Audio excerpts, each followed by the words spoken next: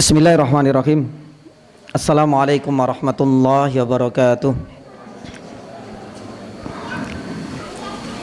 Innal hamdalillah nahmaduhu wa nasta'inuhu wa nastaghfiruh wa na'udzu billahi min syururi anfusina wa sayyiati a'malina.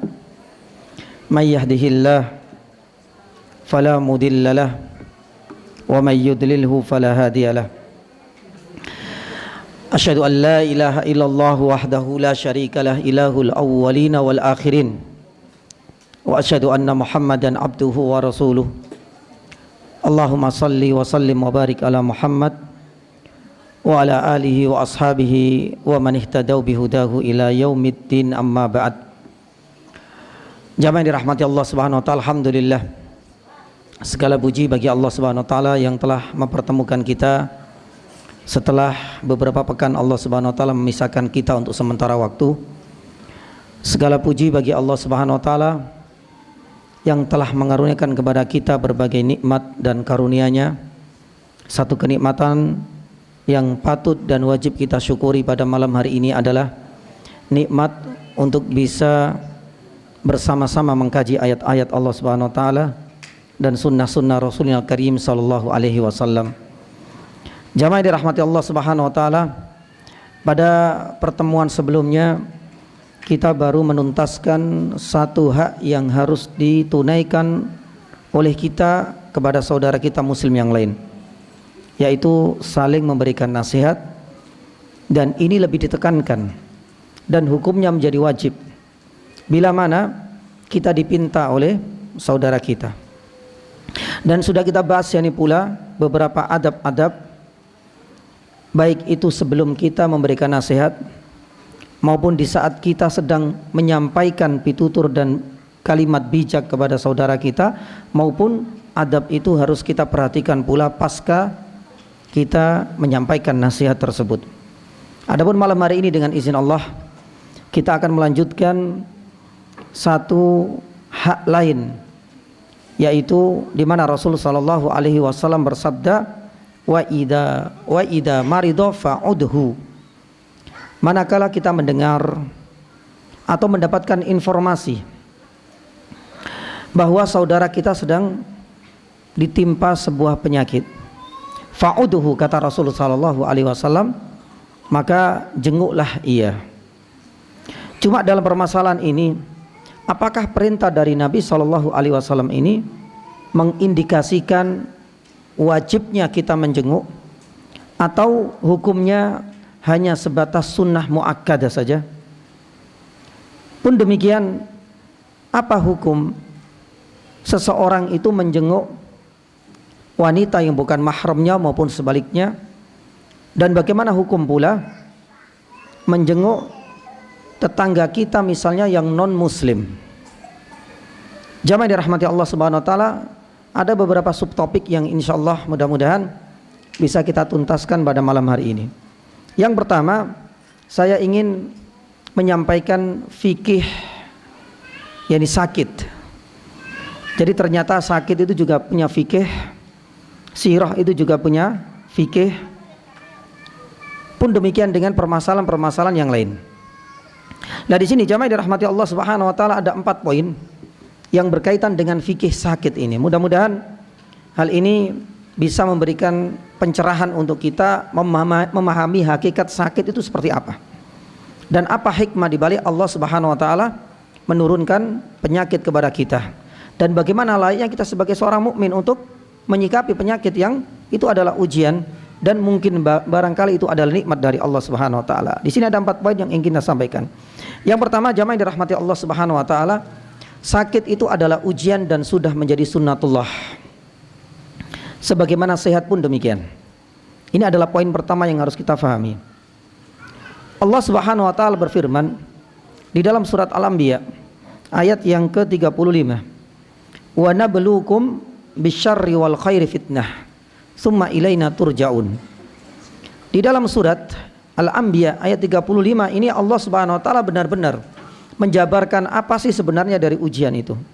Wa nabluukum, dan kami menguji kalian semua, bisyarri wal khair, dengan keburukan itu adalah ujian dari Allah, Pun demikian wal khair, dengan kebaikan itu pula menjadi ujian untuk kita sebagai manusia. Nah disinilah kemudian Abdullah ibnu Abbas radhiyallahu taala anhuma, ya, pakar ahli tafsir, sepupu dari Nabi sallallahu alaihi wasallam, mengomentari ayat 35 dari surat Al-Anbiya ini. Beliau mengatakan bahwasanya nabtalikum, Allah Subhanahu wa taala sengaja menguji kalian manusia, birrakha'i wasyiddah, kata beliau.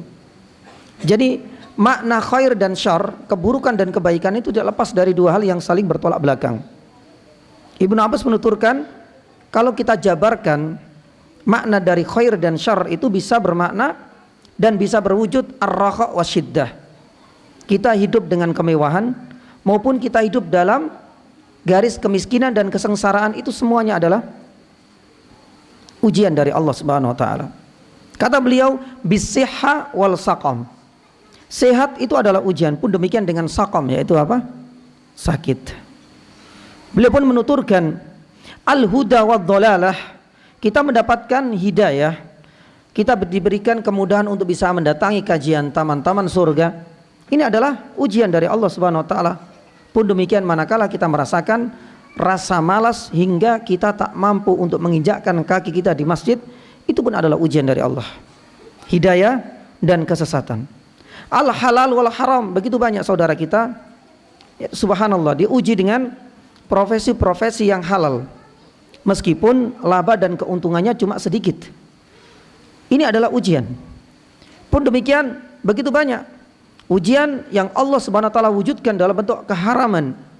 Mereka bergelut dengan haram, tapi di sisi itu Allah Subhanahu wa taala memudahkan dia bisa menimbun dan menambah pundi-pundi keuntungan dan hartanya, yang kita kenal dengan istidraj. Maka jamaah yang dirahmati Allah Subhanahu wa taala, inilah hakikat dari ujian. Maka sakit, sehat, kekayaan, kemiskinan, ya, dan seluruhnya itu adalah sebuah ujian yang melekat pada kehidupan manusia, dan itu sudah menjadi sunatullah dan tidak bisa kita tolak. Ini adalah poin yang pertama. Poin yang kedua, jamaah yang dirahmati Allah Subhanahu wa taala, kita lebih membahas lebih spesifik, ya. Apa hikmah di balik Allah Subhanahu wa taala menurunkan sakit ini? Kenapa sih harus ada sakit? Subhanallah, Ibnu Qayyim rahimahullahu taala dalam kitabnya Syifa'u al-Alil menyebutkan lebih dari 100 hikmah. Yani subhanallah, kalau seandainya hari ini ada post test gitu, ya, sebutkan hikmah dari sakit, insyaallah nggak sampai 10 mungkin barangkali, atau mungkin barangkali nggak sampai 5. Tapi Ibnu Qayyim rahimahullah taala menyebutkan hikmah plus dalilnya, menyebutkan alasan plus yani hujahnya, lebih dari 100. Tapi kita tidak menyebutkan seluruhnya, hanya sebagian saja agar kita semakin yakin bahwasanya apa yang Allah Subhanahu wa taala takdirkan untuk kita itu pasti ada khair, terutama bagi orang-orang yang beriman. Hikmah yang pertama disebutkan oleh Ibnu Qayyim rahimahullah taala, agar kita selalu bersabar. Sebagaimana kita pula dituntut untuk bersyukur di saat kita mendapatkan nikmat. Jadi sakit ini adalah ujian untuk menguji kesabaran dan ketabahan kita, sebagaimana kekayaan, kesehatan itu adalah ujian untuk mengukur derajat syukur kita kepada Allah Subhanahu wa taala. Makanya di dalam sebuah hadis sahih, Rasul sallallahu alaihi wasallam pernah bersabda, ajaban li amril mu'min, sungguh mengherankan. Jadi orang mukmin ini subhanallah, orang mukmin ini subhanallah, perkara dan urusannya dalam roda kehidupan yang selalu menyelimutinya itu tidak bisa dipisahkan dari khair. Makanya Rasulullah SAW mengatakan inna amrahu kullahu khair. Itu karena faktor iman. Iman inilah yang kemudian mampu mewarnai kehidupannya. Kesengsaraan itu menjadi sebuah kebaikan untuknya. Pun demikian dengan kekayaan. Sakit pun karena keimanan ini menjadikan itu menjadi sebuah kebaikan. Pun demikian dengan sehat yang ia rasakan. Dan begitulah seterusnya. Kata Rasulullah SAW, inna amrahu kullahu khair, walaysa dzaka li ahadin illa lil mu'min. Ya. Dan hal seperti ini itu tidak akan bisa dirasakan oleh orang-orang kafir. Karena hal ini hanya dimiliki dan dirasakan serta dialami oleh orang-orang mukmin semata. Kemudian Rasulullah SAW menjelaskan, menjabarkan, Salah satu buktinya apa? In asobathu sarra yani syakar. Coba kita lihat. Ketika dia mendapatkan kenikmatan, dia tidak lupa untuk selalu bersyukur kepadanya, kepada Allah Azza wa Jalla. Dan di saat dia mendapatkan sebaliknya, kesengsaraan, mungkin keberangkutan, mungkin barangkali keterpurukan dalam usaha dan bisnisnya, subhanallah sabar, fakana khairul lahu. Dia tetap menyikapinya dengan yani bijak, yaitu dengan sabar. Maka jamaah yang dirahmati Allah Subhanahu wa taala, ini adalah bukti bahwasanya sakit yang itu adalah ujian bagi kita sebagai manusia, dan itu memang diujikan untuk kita sebagai hambanya agar kita bisa menyinggapinya dengan bijak, yaitu dengan tabah dan yani kesabaran. Maka oleh karenanya jamaah yang dirahmati Allah Subhanahu wa taala, Syekh Muhammad Ibnu Shalih Al-Utsaimin rahimahullahu ta'ala menuturkan bahwasanya tataran dan level kesabaran dan tabah dalam setiap kita menghadapi musibah, terutama sakit, itu hukumnya wajib, ya.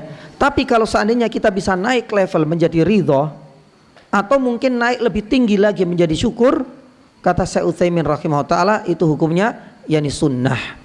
Makanya beliau di dalam kitabnya Syarah Al-Aqidah As-Safariniyah menyebutkan manusia itu ketika diselimuti dengan berbagai ujian, sakit salah satunya, itu tidak luput dengan 4 sikap yang berbeda. Dan sikap yang paling dibenci, dimurkai, itu adalah yang pertama, yang paling rendah, dia kecewa, dia membenci, dia murka, dia tidak terima, dia tidak ridha. Ya, ini adalah sifatnya orang-orang kafir dan tidak sepatutnya kita memiliki sifat tersebut.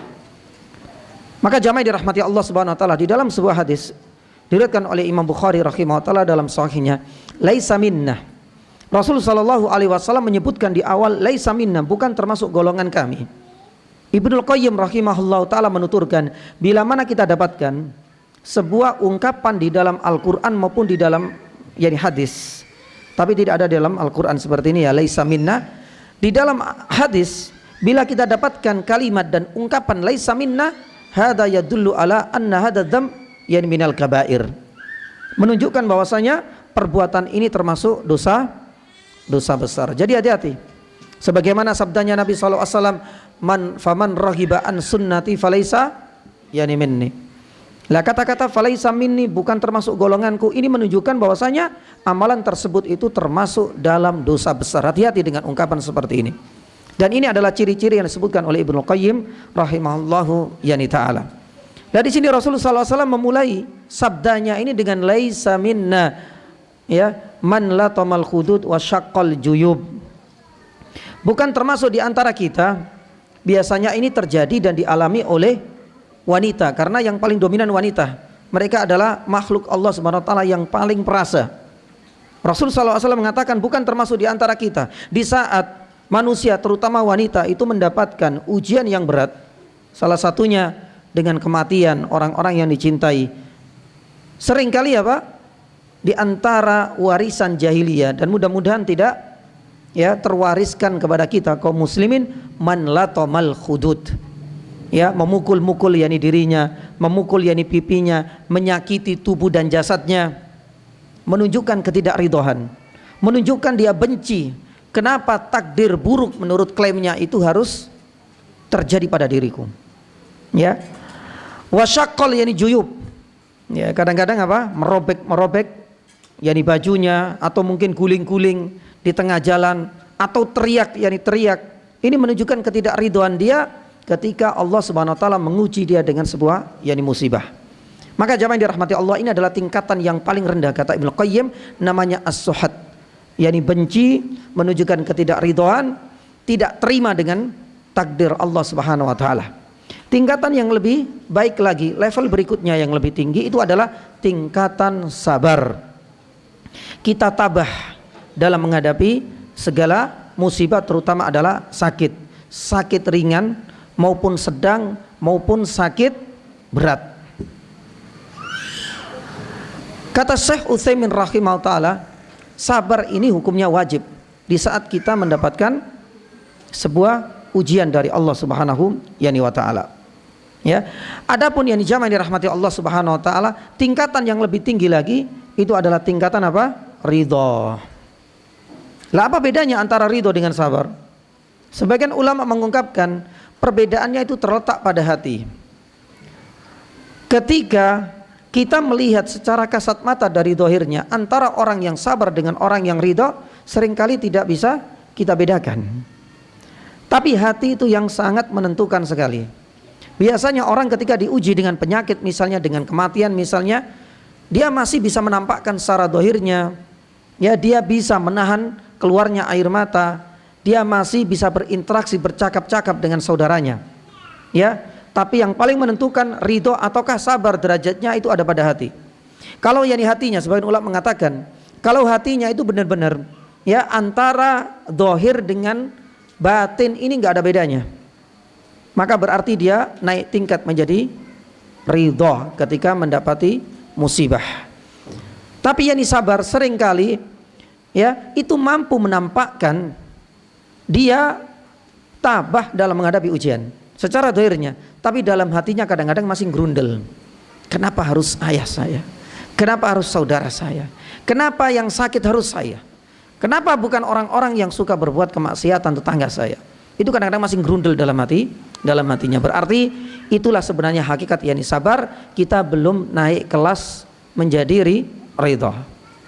Sebagian ulama yang lain mengatakan bahwasanya ridho itu ketika antara, ini penting ya, antara nikmat yang ia rasakan dengan musibah yang ia alami, itu dia rasakan sama, nggak ada bedanya. Itu untuk bisa mendeteksi apakah ketika kita mendapatkan musibah saat ini levelnya mana ini? Level 1 ya, atau level 2 sabar, ataukah level 3 yakni ridho? Kata beberapa ulama, itu bisa dideteksi apakah ketika dia mendapatkan kenikmatan sehat misalnya, dan di saat dia ditimpa penyakit itu dia menyikapinya dengan sikap yang sama. Kalau seandainya dia nggak membedakan, maka berarti dia dianggap sudah memiliki tingkatan yang ketiga, yaitu ridho.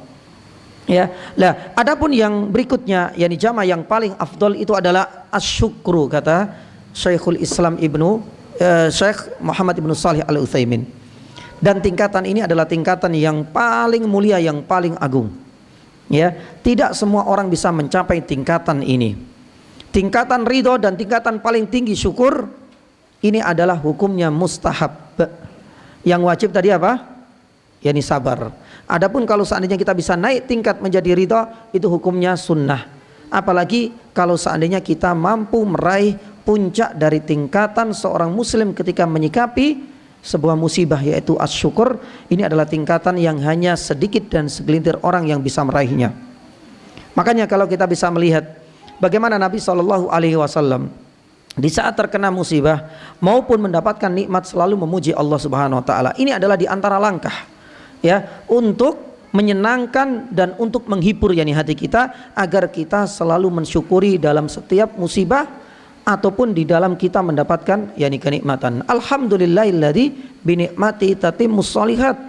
Diucapkan Nabi SAW di saat beliau mendapatkan kenikmatan, memuji Allah Subhanahu wa taala, alhamdulillah. Ya, pun demikian tatkala beliau mendapatkan sebuah cobaan dan musibah, Nabi SAW seringkali membaca alhamdulillahi ala kulli hal. Tetap memuji.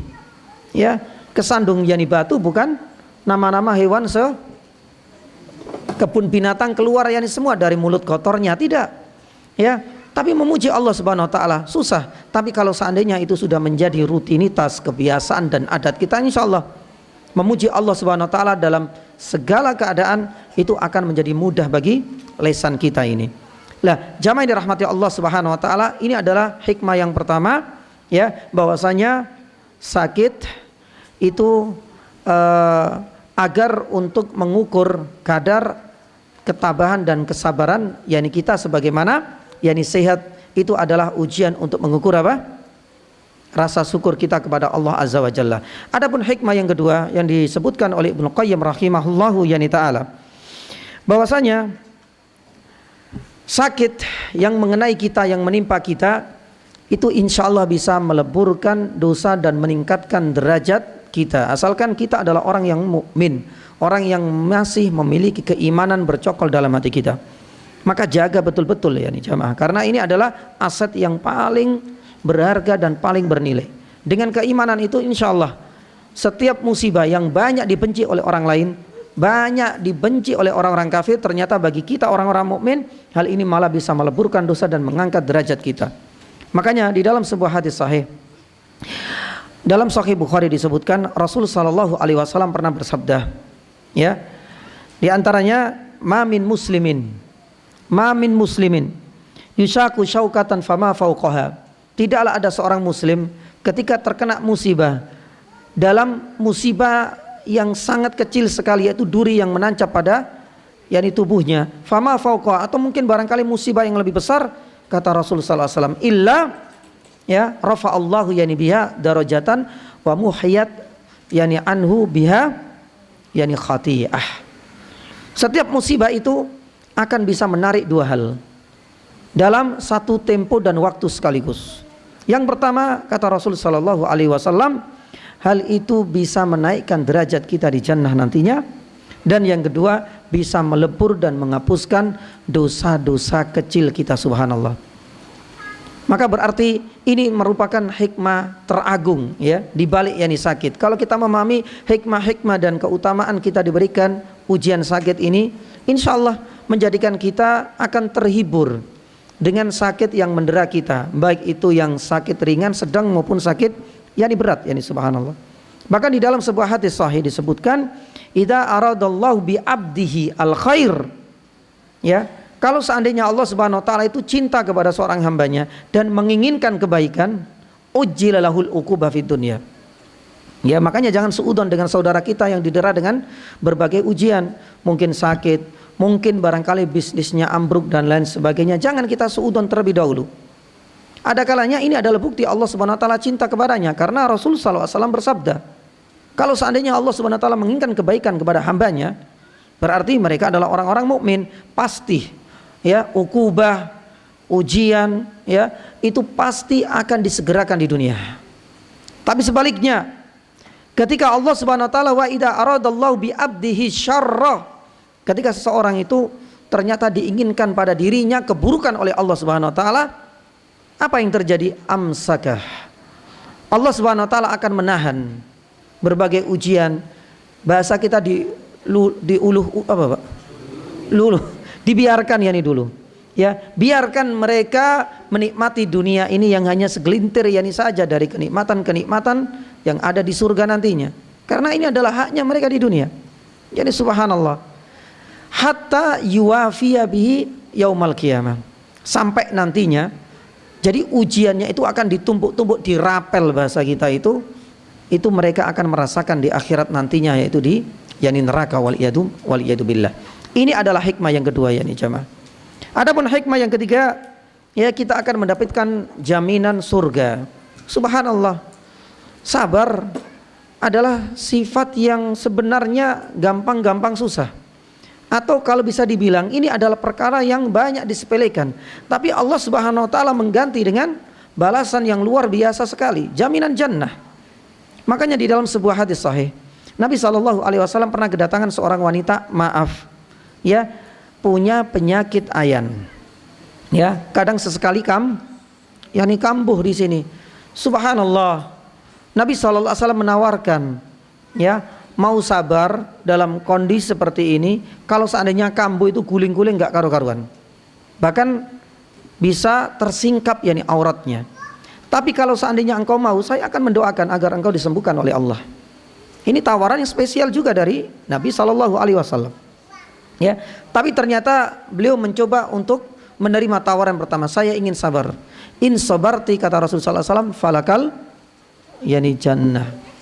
Ketika dia menyabari hal itu, ya, untuk menahan penyakit yang bertahun-tahun menimpanya, ternyata Rasulullah SAW mengatakan, kalau engkau tabah dalam menyikapi hal ini, ya, engkau akan mendapatkan jaminan apa? Falakil jannah. Subhanallah. Ini adalah yang ketiga. Adapun yang keempat, yakni jamaah yang dirahmati Allah Subhanahu wa taala, ya, dengan adanya rasa sakit, dengan adanya penyakit yang mendera kita, itu adalah bagian dari reminder, peringatan dari Allah Subhanahu wa taala agar kita itu benar-benar insaf, agar kita itu benar-benar kembali kepadanya. Ya. Terkadang ini adalah cara Allah Subhanahu wa taala mengingatkan kita.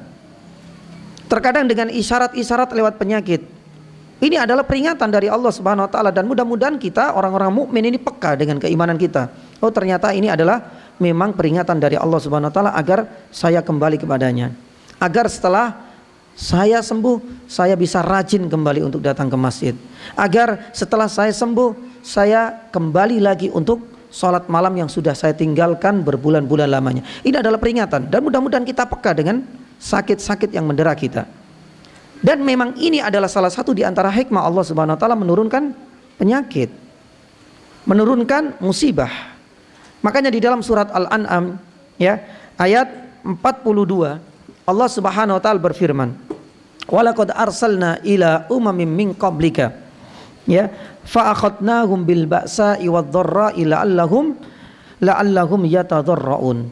Di dalam surat Al-An'am ayat 42 ini Allah Subhanahu wa taala menjelaskan terkadang umat-umat terdahulu yang suka ngeyel, mengingkari, bebel, susah untuk menerima kebenaran, itu terkadang Allah Subhanahu wa taala timpakan sebuah peringatan agar mereka kembali kepada Allah Subhanahu wa taala. Dengan apa?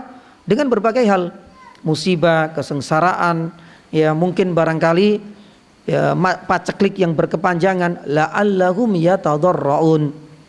Imam At-Tabari rahimahullah taala ketika mengomentari ayat 42 dari surat Al-An'am, beliau mengatakan apa?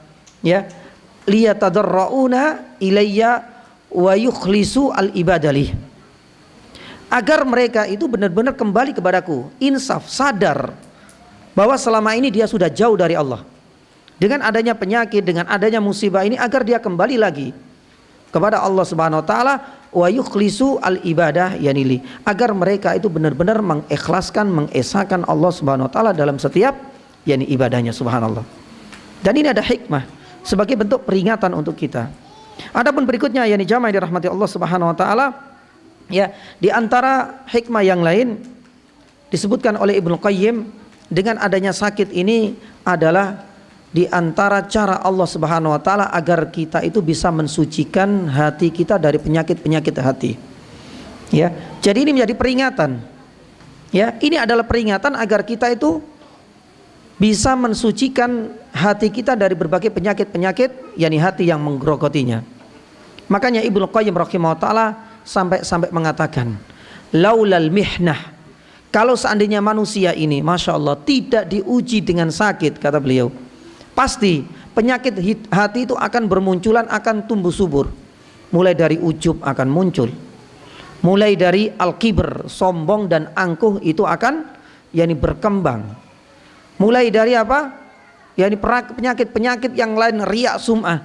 Karena orang akan merasa yakni bahwasanya apa? Yakni saya inilah adalah orang yang paling sehat, enggak pernah yakni sakit. Lawang kadang enggak sakit, kadang sakit, yakni saja di saat dia sehat, kadang-kadang sombong.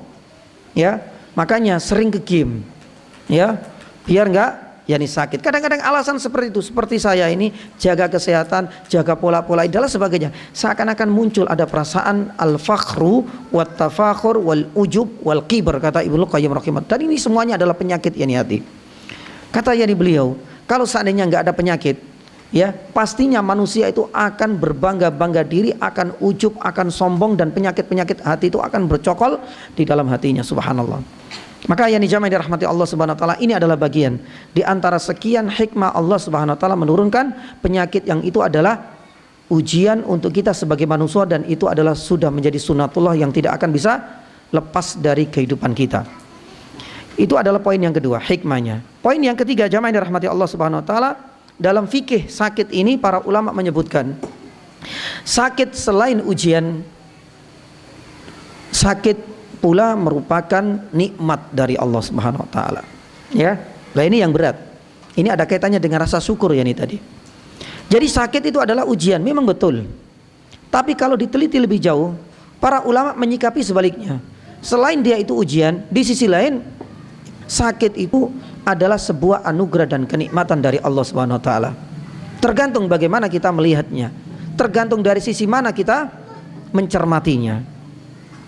Tapi para ulama menyebutkan bahwasanya kalau kita kaitkan penyakit itu adalah sebuah nikmat dengan sabda Nabi Shallallahu Alaihi Wasallam, di mana Rasul Shallallahu Alaihi Wasallam pernah bersabda, "Idza maridul abdu aw safara kutiba lahu mithla ma kana ya'malu muqiman sahihan." Dalam sebuah hadis sahih, maka berarti sakit itu akan benar-benar menjadi bukti sebuah nikmat dan anugerah yang tiada tara.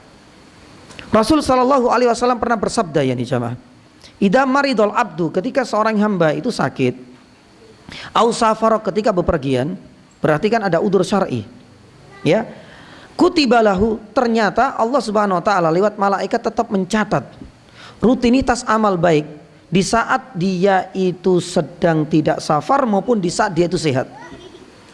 Yani subhanallah. Ya, satu contoh, berarti kalau seandainya kita tarik yani sakit, kita rutin untuk datang ke masjid, sholat jamaah. Kita rutin yani juga untuk berderma. Kita rutin juga untuk menghadiri majelis-majelis ilmu. Qaddarallah, Allah Subhanahu wa taala mentakdirkan dia sakit. Sampai dia tidak bisa bergerak. Dia hanya bisa berada di tempat pembaringannya. Jamaah dirahmati Allah Subhanahu wa taala. Para ulama mengatakan, mungkin orang lain akan melihat dari satu sisi ini adalah ujian yang berat yani baginya.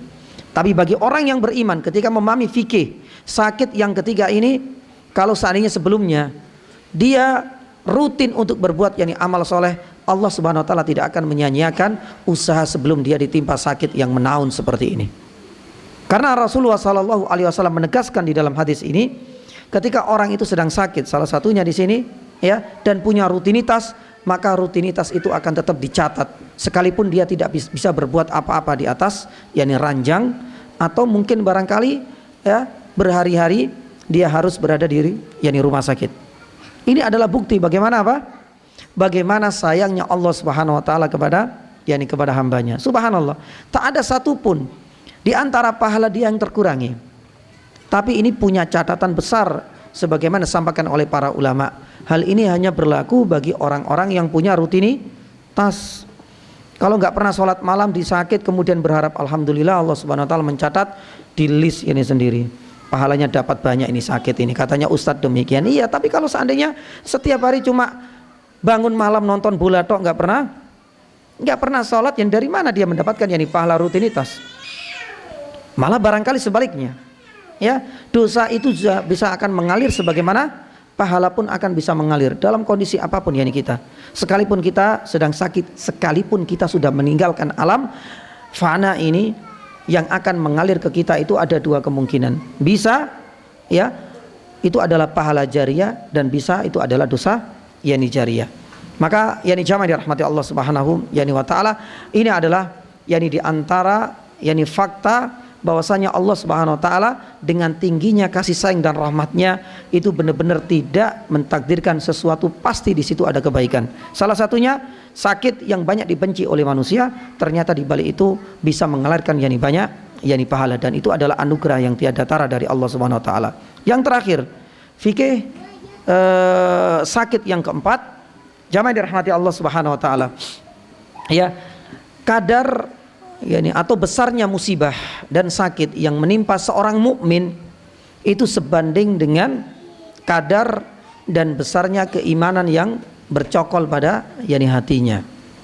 Ya, berarti kalau seandainya maaf iman kita ya cuma yani seujung yani jari saja, insyaallah ya yang namanya penyakit, yang namanya ujian itu akan disesuaikan dengan apa? Dengan kadar keimanannya. Tapi ketika keimanannya itu semakin meningkat, ketika keimanannya itu semakin yani bertambah, maka ingat, sudah menjadi sunatullah dengan fakta. Dan poin yang keempat ini, ujian akan terus menghampirinya. Ingat, ujian tidak harus dengan penyakit. Ujian itu bisa berwujud dalam berbagai yani macam. Tapi kita lebih membahas yani pada yani penyakit. Maka oleh karenanya Aisyah radhiyallahu taala anha itu pernah menuturkan, ma ra'aitu ahadan, saya tidak pernah mendapati seorang pun asyaddu alaihi alwaj' min Rasulillah sallallahu alaihi wasallam. Ketika ditimpa penyakit, kata Aisyah radhiyallahu taala anha, itu tidak pernah saya dapati seseorang yang lebih ya ditimpa penyakit lebih berat daripada Nabi sallallahu alaihi wasallam. Kenapa demikian? Hal ini pernah dibuktikan oleh Abdullah ibnu Mas'ud radhiyallahu taala anhu. Jadi Abdullah ibnu Mas'ud ini, jamaah yang dirahmati Allah, pernah mendapati Nabi SAW lagi ditimpa penyakit demam. Ditanya oleh Abdullah ibnu Mas'ud, ya Rasulullah, sepertinya anda ini sedang terkena penyakit demam. Dijawab oleh Nabi SAW, ajal, benar. Bahkan kadar demam ya yang menimpa saya ini itu setara dengan dua ya di antara dua orang di antara yani kalian. Jadi kalau seandainya kita rata-rata demam itu kisaran berapa Pak? 35, 37, 40, berarti itu 2 kali lipat. Makanya benar apa yang disampaikan oleh Aisyah radhiyallahu anha, ma ra'aitu ahadan ya ashadd alaihi alwaj' min Rasulillah sallallahu alaihi wasallam. Kenapa Nabi sallallahu alaihi wasallam sampai ujiannya itu dilipat gandakan, sampai musibahnya pun dilipat gandakan, sampai maaf ya kadar demamnya pun dilipat gandakan? Karena Nabi Shallallahu Alaihi Wasallam itu memiliki keimanan yang juga tidak ukuran yang dengan manusia biasa seperti kita ini. Makanya ini akan sebanding terus. Semakin keimanannya meningkat, Allah Subhanahu Wa Taala akan terus mengujinya. Makanya Allah Subhanahu Wa Taala berfirman di awal-awal surat Al-Ankabut, Alif Lam Mim, ahasiban nasu ayyakulu amanna wa hum la yuftanun. Jangan kira kemudian kita hanya dituntut di dalam syariat ini itu hanya mengucapkan iman kemudian selesai tanpa ada ujian. Ini tidak mungkin. Allah Subhanahu wa taala menjelaskan di ayat yang ketiga di dalam surat Al-Ankabut, semakin ya orang itu naik dan bertambah keimanannya, maka semakin banyak pula ujian yang akan terus yakni menderanya. Makanya Allah Subhanahu wa taala mengingat, coba kita lihat umat-umat terdahulu, para nabi ya, mereka semua diuji oleh Allah Subhanahu wa taala dengan musibah yang bertubi-tubi. Karena apa? Karena menunjukkan tingginya kadar keimanan yakni mereka. Jamaah dirahmati Allah Subhanahu wa taala, ini adalah di antara 4 poin dari faedah yang pertama, yaitu fikih yakni sakit. Masih banyak sebenarnya, tapi saya cukupkan yakni pada 4 poin ini yakni saja, supaya kita ada gambaran bahwasanya sakit itu adalah sebuah yakni ujian yang melekat pada kehidupan kita, dan itu sudah menjadi sunatullah sebagaimana sehat. Dan banyak sekali hikmah di balik kita diuji oleh Allah Subhanahu wa taala dengan berbagai penyakit. Pun demikian kita harus yakin bahwasanya selain sakit itu adalah ujian, itu adalah sebuah anugerah kalau seandainya kita menyikapinya dengan yakni bijak. Ya, dan yang terakhir bahwasanya ujian yang akan menimpa kita sakit yakni misalnya itu akan setara dengan kadar keimanan kita. Taib, jamaah dirahmati Allah Subhanahu wa taala. Adapun yang kedua, ya, hukum menjenguk orang yang sakit. Lah ini yang langsung kita masuk pada permasalahan fikihnya. Apa sih hukum menjenguk orang yang sakit itu? Ya.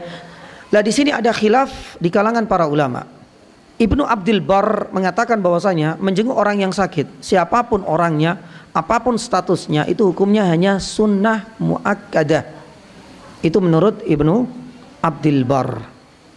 Tapi Ibnu Taimiyah rahimahullah taala menuturkan bahwasanya bukan sunnah muakkadah, tapi hukum asal menjenguk orang yang sakit saudara kita itu adalah fardun kifayah. Dan kita tahu fardun kifayah itu kalau seandainya ditinggalkan gak ada yang menjenguk berarti seluruhnya berdosa. Tapi kalau seandainya sebagian sudah menjenguk maka berarti gugur kewajiban bagi yang lain. Itu adalah hukum asal dari fardu kifayah. Nah, para jamaah dirahmati Allah Subhanahu wa taala, tidak sedikit di kalangan para ulama yang lebih condong dengan pendapat yang kedua. Hukum asal dari menjenguk orang yang sakit itu adalah fardun kifayah. Tapi ingat ya, hukum ini tidak selamanya stagnan pada level itu. Bisa saja naik menjadi fardun apa? Yani fardu ain. Jadi pada dasarnya hukum asalnya itu adalah fardu kifayah menurut jumhur ulama. Tapi bisa naik hukumnya menjenguk orang yang sakit menjadi fardu ain, berarti tidak bisa diwakilkan. Ya, hal itu bisa terjadi karena beberapa faktor. Satu contoh ya, misalnya jamaah, yang sakit itu adalah keluarga kita, orang tua kita. Maka berarti di sini para ulama mengatakan hukumnya wajib, fardu ain, tidak bisa diwakilkan. Kalau nggak punya udur ya kita, maka berarti fardu ain. Karena para ulama mengatakan bahwasanya hukum asalnya fardu kifayah. Kenapa naik derajatnya? Karena dengan kita menjenguk orang tua, kerabat kita, bagian dari menyambung tali silaturahmi, inilah yang kemudian, dan kita tahu menyambung tali silaturahmi adalah hukumnya wajib, maka berarti ini menambah level menjadi fardu, yakni fardu ain. Maka ini yang harus kita sadari bersama, yakni jamaah dirahmati Allah Subhanahu wa taala. Mudah-mudahan kita bisa memahami hukum asal dari menjenguk orang yang sakit. Yang kedua, ya, apa batasan sakit yang itu mewajibkan kita menjenguknya? Ya, apakah kita dengar saudara kita sakit ini, kena silet tangannya, apakah kemudian ayo kita bareng-bareng yuk, ya, kita ngumpulkan donasi yuk, kita jenguk. Apakah dengan penyakit seperti itu menjadikan wajib bagi kita untuk menjenguknya? Jamaah dirahmati Allah Subhanahu wa taala, Syekh Muhammad Ibnu Shalih Al-Utsaimin menuturkan bahwasanya ada beberapa persyaratan di mana kita itu diwajibkan untuk menjenguknya dengan batasan-batasan tertentu. Kapan itu? Beliau mengatakan kalau seandainya dia terbaring dan tidak bisa melakukan aktivitas sebagaimana biasanya. Seandainya dia itu sakit, nggak terbaring dia bisa jalan-jalan. Sakitnya mungkin penyakit yang itu tidak parah, penyakit kulit misalnya. Dia masih datang ke masjid, dia masih bisa beraktivitas, dia masih bisa datang ke kantor atau mungkin barangkali ke pasar untuk bekerja di sana. Maka berarti penyakit ini tidak mewajibkan kita untuk apa? Untuk menjenguknya. Jadi batasannya itu adalah ketika sakit itu parah, tapi parahnya ini menjadikan dia nggak bisa beraktivitas sama sekali. Ini kata Syekh Muhammad bin Shalih Al-Utsaimin. Nah, ini adalah batasannya. Adapun yang ketiga berikutnya, jamaah yang dirahmati Allah Subhanahu wa taala, ini yang kita singgung di muqaddimah tadi. Boleh nggak sih laki-laki yang bukan mahramnya menjenguk perempuan? Pun demikian sebaliknya, perempuan menjenguk laki-laki. Nah, jamaah dirahmati Allah Subhanahu wa taala, pada dasarnya terdapat dalil yang cukup banyak. Antara laki-laki yang bukan mahram menjenguk perempuan maupun sebaliknya. Kita awali dari laki-laki menjenguk perempuan yang itu bukan mahramnya. Jamaah dirahmati Allah Subhanahu wa taala, di dalam Sahih Muslim disebutkan Nabi SAW itu pernah menjenguk wanita yang bernama Ummu Sa'ib, riwayat yang lain mengatakan Ummu Al-Musayyib. Jadi itu bukan mahramnya.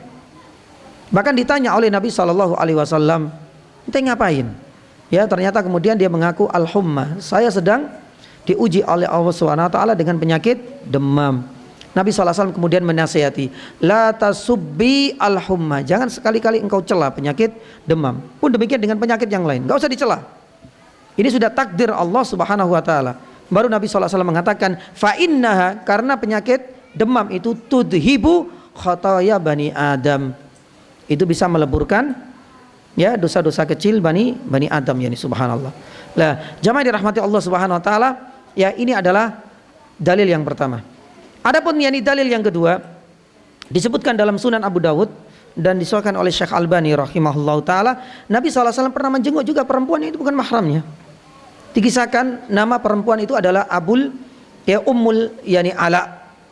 Ummul Ala ini adalah seorang wanita yang pernah dijenguk oleh Nabi SAW. Sama juga Nabi SAW memberikan nasihat-nasihat bahwasanya penyakit yang kau alami ini akan bisa meleburkan dosa-dosamu. Bahkan Imam Abu Dawud itu membuat judul besar, bab iyadatun nisa.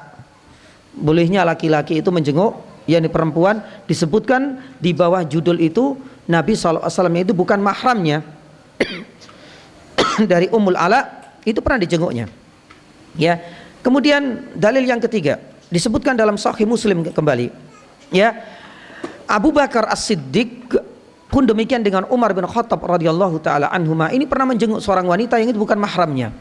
Beliau adalah Ummu Aiman. Ummu Aiman ini adalah Barakat Al-Habasyiyah yang dahulu pernah menjadi hadinah, pengasuh pertamanya Nabi SAW selain ibundanya tercinta. Yang bernama Ummu Aiman. Nabi SAW punya kebiasaan, punya rutinitas untuk menjenguk Ummu Aiman. Selepas Nabi SAW wafat, Abu Bakar langsung mengatakan kepada Umar, "Wahai Umar, kenapa enggak kita lanjutkan untuk menjenguk Ummu Aiman? Jasanya besar sekali untuk Nabi kita. Nabi sudah meninggal. Kenapa kita enggak meneruskan sunnah yang bagus ini?" Akhirnya Abu Bakar dan Umar menjenguk yani Ummu Aiman, dan kita tahu Ummu Aiman itu bukan jadi mahramnya dari Abu Bakar, pun demikian dengan yani Umar. Lah ini adalah dalil-dalil yang menunjukkan bahwasanya bolehnya menjenguk laki-laki yang bukan mahramnya kepada perempuan ketika yani sakit. Hal ini juga berlaku yani sebaliknya. Wanita pun dibolehkan yani pada hukum yani asalnya, karena ini didukung dengan banyak dalil yang cukup beragam. Makanya di dalam Sahih Bukhari, subhanallah, Sahih Bukhari ini membuat judul besar bab iyadati an-nisa ar-rijal. Jadi bolehnya wanita menjenguk. Jadi kebalikannya sekarang. Wanita menjenguk siapa? Yani laki-laki yang itu bukan mahramnya. Salah satunya adalah yani Ummu Darda. Ummu Darda perempuan. Disebutkan di dalam Sahih Bukhari, beliau pernah menjenguk salah satu lelaki yang tinggal di masjid dari Bani Ansor yang sedang sakit, dan itu bukan mahramnya. Pun demikian dengan Aisyah radhiyallahu taala anha. Aisyah radhiyallahu taala anha disebutkan dalam Sahih Bukhari pernah menjenguk Bilal yang sedang sakit bersamaan dengan menjenguk ayahnya yang baru datang dari Makkah. Ya, ini adalah pasca hijrahnya Nabi SAW yang ditemani siapa? Abu Bakar As-Siddiq radhiyallahu taala anhu. Nah, dari dalil-dalil yang kita paparkan ini, apakah berarti tidak ada persyaratan sama sekali? Ya, subhanallah, yani para ulama tetap memberikan persyaratan. Ada yani SK yang berlaku di sini. Ada aturan-aturan yang harus kita tegakkan di sini. Ya, di antara para ulama menyebutkan yang pertama, syaratnya itu harus menjaga aurat. Ya, kalau seandainya auratnya tidak bisa dijaga, maka haram yani hukumnya, baik yang menjenguk maupun yang dijenguk. Jadi hati-hati, jangan buru-buru kemudian pengen masuk ke kamarnya, ingin menjenguk, ingin memberikan nasihat. Ini adalah bagian dari bagian apa? Siraman rohani. Iya, tunggu dulu. Barangkali dia belum siap untuk menutup yani auratnya. Ya. Dan yang kedua, jamaah yang dirahmati Allah Subhanahu wa taala, harus aman dari fitnah. Dan ini yang seringkali diberikan ya persyaratan oleh para ulama. Harus ada apa? Harus ada batasan bahwasanya dia aman enggak dari fitnah. Dan aman dari fitnah itu bisa dideteksi oleh masing-masing. Ya, kalau seandainya kita mau menjenguk, kemudian perasaan saya kok kalau mau bertemu dengan dia, lawang kadang-kadang sepedaan ya ini saja kalau ketemu itu dak-dikduk ya nih hatiku. Nah, apalagi kemudian nanti langsung bisa bertatap muka di kamarnya. Kalau seperti berarti dia nggak aman, tinggalkan. Berarti dia nggak aman, syarat ini tidak terpenuhi, nggak boleh dia menjenguknya. Baik dari laki-laki ke perempuan maupun sebaliknya. Dan yang ketiga, jamaah yang dirahmati Allah Subhanahu wa taala, itu harus tidak ada yang namanya kholwat. Nggak boleh kemudian berkholwat antara laki-laki dengan yani perempuan. Ya, jangan sampai kemudian dibiarkan. Bagi kita sebagai seorang wali, sebagai ayahnya, putrinya yang sedang sakit, kemudian ada laki-laki yang dia adalah imam masjid misalnya, atau kemudian adalah seorang alim ulama, seorang ustadz yang besar, monggo dipersilakan masuk, jenengan bisa memberikan siraman rohani, tapi dibiarkan mereka berdua di kamar. Lah, ya, ini tidak diperbolehkan. Ini adalah bagian dari kholwat. Tapi subhanallah, yani jamaah yang dirahmati Allah Subhanahu wa taala, ada yang unik ini. Dari Ibnul Jauzi, beliau mengatakan yang bahwasanya mengomentari, ya sebenarnya syarat ini nggak berlaku semua katanya. Hukum asalnya nggak boleh menjenguk katanya. Lalu bagaimana menyikapi hal ini? Ibnul Jauzi mengatakan seluruh wanita yang pernah dijenguk oleh Nabi, ya pun demikian, ya ketika Ummu Darda menjenguk yani laki-laki, itu semuanya dalam kondisi semuanya sudah manipus. Apa Pak manipus itu Pak ya? Sudah yani tua, berarti insya Allah ya kemungkinan yani besar sudah tidak ada yani syahwat. Baik ketika Nabi SAW menjenguk Ummu Syaib, atau menjenguk yani Ummul Ala, atau Abu Bakar dan Umar menjenguk siapa tadi? Ummu Aiman.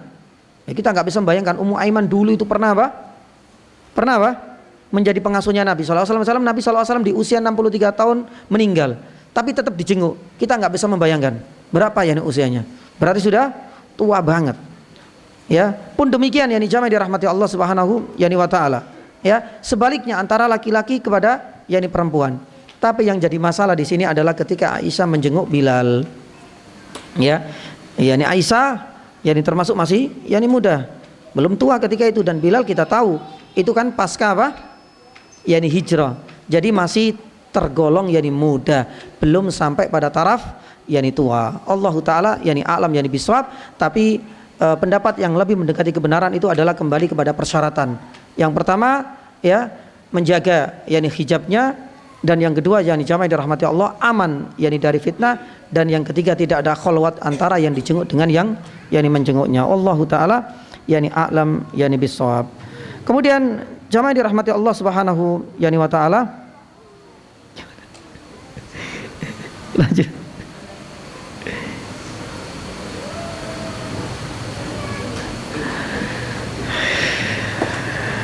Baik. Lanjut. Baik, bismillah. Ragu-ragu saya. Enggak, karena waktunya sudah mepet ini sebenarnya. Baik.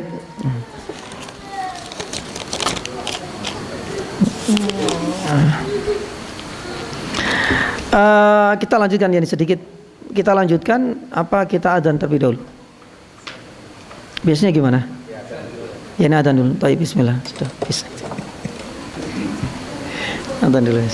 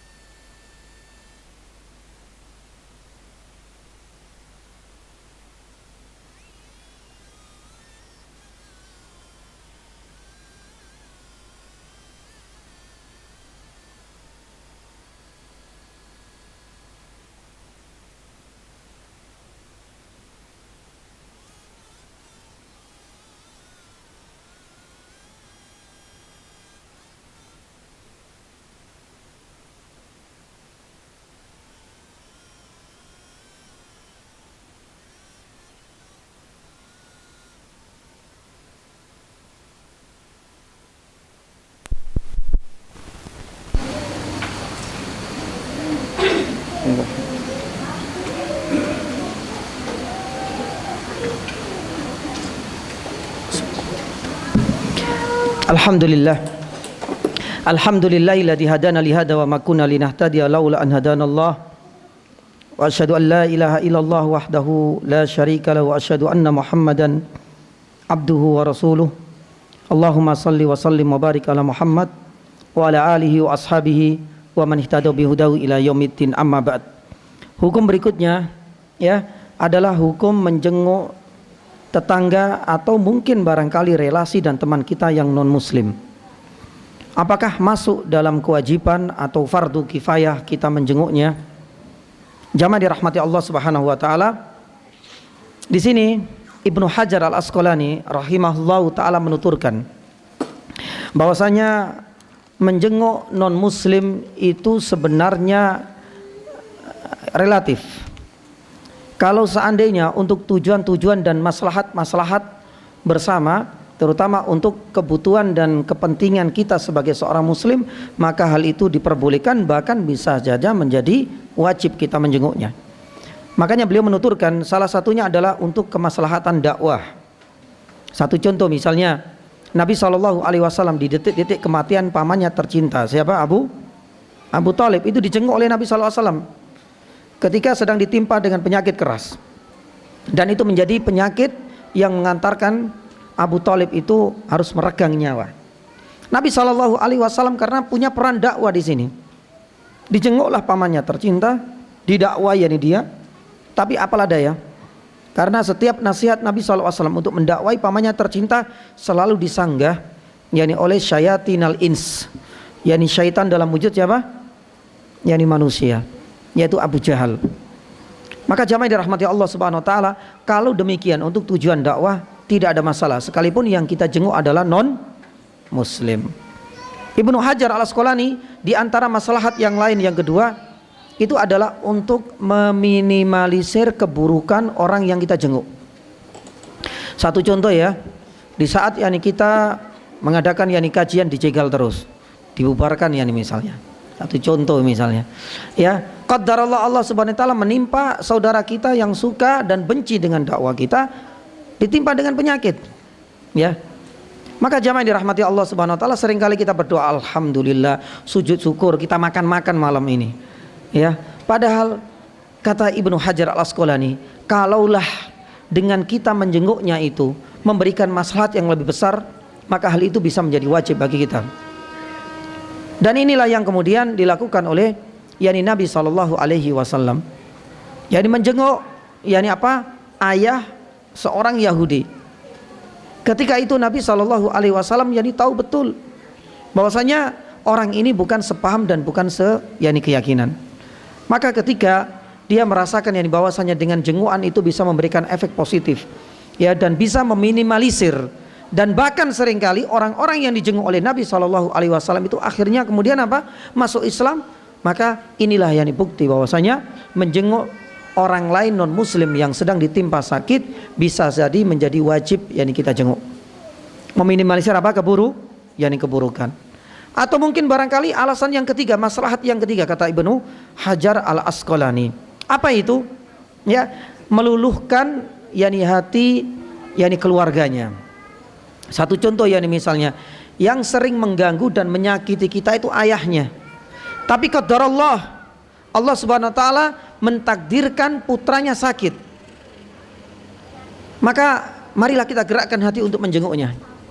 Barangkali dengan kita yakni jamaah dirahmati Allah Subhanahu wa taala menjenguk anak dari ayah yang sering menyakiti kita, hal ini akan bisa meluluhkan yakni hatinya. Ya pun demikian, tatkala anak itu sering menyakiti kita, ibunya sakit, kita bantu dia, kita jenguk yakni dia, kita bawa ke rumah sakit.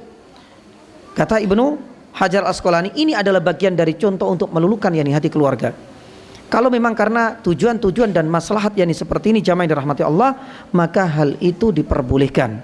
Ya, menjenguk orang yang bukan sekeyakinan dengan kita.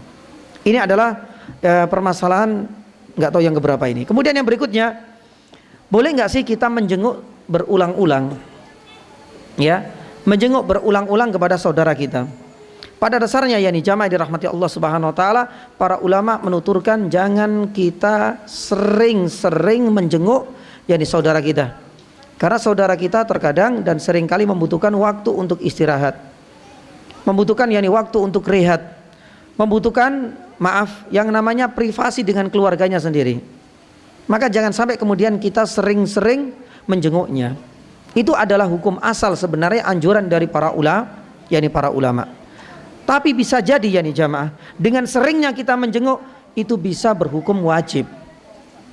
Kalau memang yang sakit itu adalah keluarga kita, yang sakit itu adalah ayah dan ibu kita, yang sakit itu adalah kerabat dan famili kita, dengan kita sering menjenguk, hal itu akan bisa yakni bisa menjadi hiburan tersendiri bagi dirinya. Dan yang kedua, ini adalah bagian dari usaha kita menyambung tali silaturahmi. Dan di antara hal yang lain di mana kita dibolehkan untuk sering yakni menjenguknya, itu kalau memang ada permintaan. Ada teman kita yang sakit dan benar-benar antara kita dengan dirinya ini sudah menjadi sahabat yang erat dan dekat yakni sekali.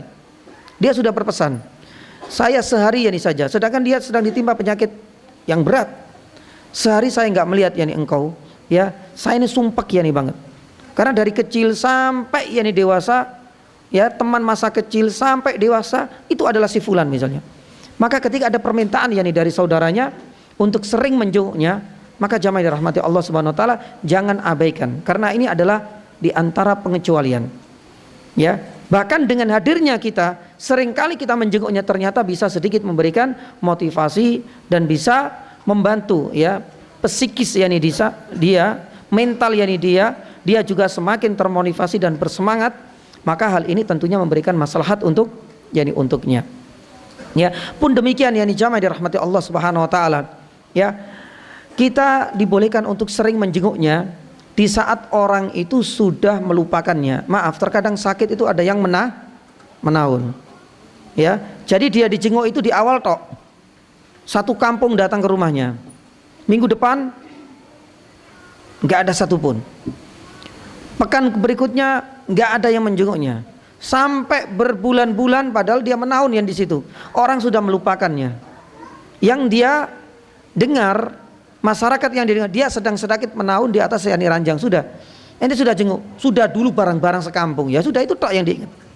Nah, di sini yakni jamaah dirahmati Allah Subhanahu wa taala, ya, para ulama menyebutkan salah satu di antara faktor kita boleh kemudian seringkali menjenguk itu adalah ketika dia sudah dilupakan. Dalam kata lain, sudah mulai jarang dijenguk oleh saudaranya.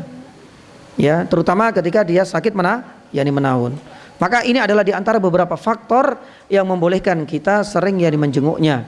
Meskipun hukum asalnya jangan terlalu sering menjenguk, tapi kalau seandainya ada permintaan atau itu adalah keluarga kita atau orang itu sudah mulai banyak melupakan padahal dia itu butuh sebenarnya kan jengukan dari teman-teman yang dulu yakni banyak berjuang bersama, berkorban yakni bersama, jangan sampai lupakanlah jasa-jasa mereka. Maka faktor-faktor inilah yang kemudian membolehkan kita untuk sering yakni menjenguknya. Taib.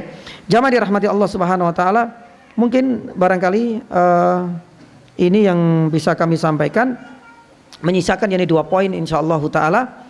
Kita buka sesi tanya jawab insyaallah taala, menyisakan urgensi dari kita menjenguk saudara kita yang sakit dan manfaatnya apa sih. Kemudian yang kedua atau yang terakhir itu adalah berkaitan yakni dengan apa ini yang terakhir?